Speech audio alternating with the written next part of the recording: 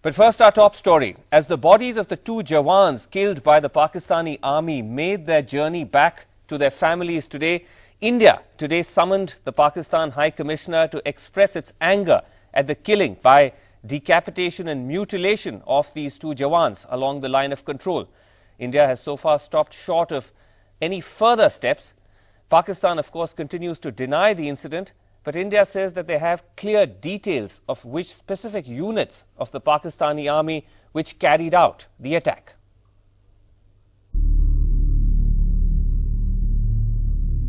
Killed in the line of duty, Lance Naik Hemraj and Lance Naik Sudhakar Singh. Their bodies being taken to their homes a day after they were killed and mutilated, allegedly by Pakistani troops inside the line of control at Mendhar. India has protested angrily to Pakistan today, summoning the High Commissioner. India conveyed a strong protest to the Pakistani High Commissioner, who was summoned by the Foreign Secretary for 30 minutes this morning. Later, Foreign Minister Salman Khurshid said that while the crisis must not be allowed to escalate, he also had a warning for Pakistan that if this is not contained immediately, it could have an adverse impact on the peace process. We cannot and must not allow for an escalation of a very unwholesome event that has taken place. Pakistan's army's action is highly provocative. But Pakistan is denying any involvement with the death of the Indian soldiers and any transgression by its troops. We are prepared to ask the United Nations Military Observers Group to come in and to inquire. This is the closest we can go to the spot. The incident took place exactly behind this fence. There you can see we've been stopped by the army here. We are not allowed to move ahead. There's a lot of tension in the area. That's the place where Pakistani army men entered into the Indian territory. They targeted a group of army jawans, killing two army jawans and in fact mutilating the body of one. Sources tell NDTV that the two soldiers who were killed were leading the patrol and that an elite Pakistani commando group was involved in the attack. The opposition has demanded strong action from the government. Pakistan has breached the trust which we have been trying to build up for the last few years. We must now realize that that spirit of Sharm el-Sheikh can never be the spirit in dealing with Pakistan, and therefore all options must be kept open. With Zafar Iqbal in Mendhar, in New Delhi, Nidhi Razdan for NDTV. So has the spirit of goodwill now evaporated when it comes to India and Pakistan diplomacy, and what should India be doing? We'll be debating that very shortly with a range of leading voices from India and Pakistan. But before we do that, I just want to remind you that we have something called the NDTV second screen app, which if you have any sort of an Apple device or a iOS enabled device or Android, you can actually use it to participate in our discussion. You can see there the list of all the panelists who are joining us, and you can ask them a question, and we will actually grade those questions on the basis of popularity and put them for you to our panel, so you can participate directly in this discussion. Let's now introduce our panelists tonight. We're joined by General V.P. Malik, former Chief of Army Staff. He joins us live. Thanks very much indeed, sir, for being with us. We also have Tavleen Singh joining us from Mumbai, author and columnist.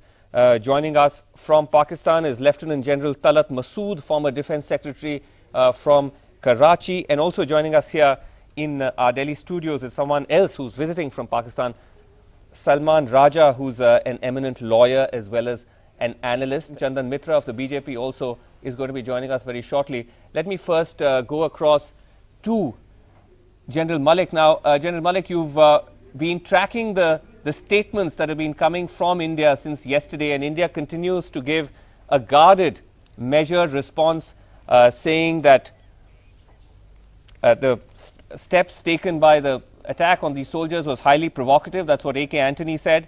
Manish Tiwari, the Congress spokesperson and minister, said that red lines must be drawn. Salman Khurshid said that the bilateral process should not be derailed for this one incident.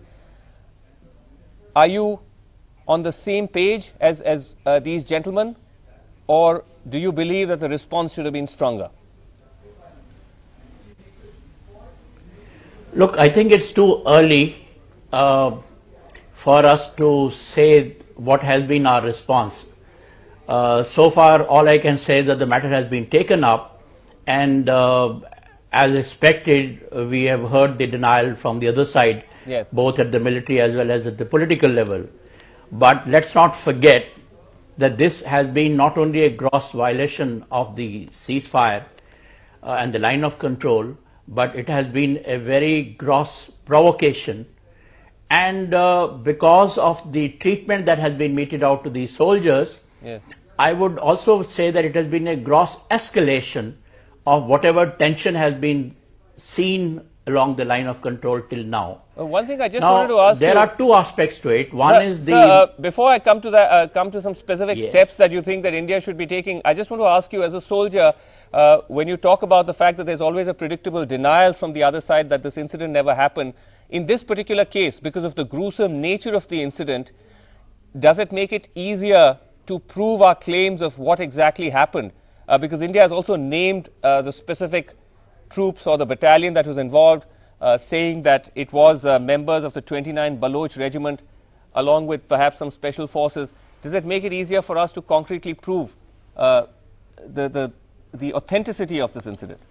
Yeah, yes, it is. Look, the fact is that all this information has been given to them, and yet they are denying it. So what I am saying is also that this whole thing has become a gross escalation because of the treatment that has been meted out to these soldiers after killing them or before killing them. Now that human rights violation, Geneva Convention violation, I think, you know, so we have to take it up at both levels. One is the violation of the ceasefire and escalation to the extent that it has taken place. And second is the human rights and the Geneva Convention violations that have taken place. So at the moment, I feel, yes, the government has, started reacting to it, but I'm sure there is a need to send a strong, measured response to Pakistan. I'm not talking of a war. I'm talking of something below that. What do you below say? that. Could you be a little more specific? What kind of measured response? Are you talking about a military response? No, I am talking of a political, military, diplomatic, economic, from all aspects. The response has to be a totally coordinated at the highest political level. So give me some specific examples of what this would actually entail. You see, the problem is that we don't take the military into account most of the time. I think it's high time that we took them also into confidence. And if you have a military, they have been given a task on the line of control. Well, in that case, I'm not going into operational aspects, but then you must take them into consultations, and the response has to be coordinated from all angles.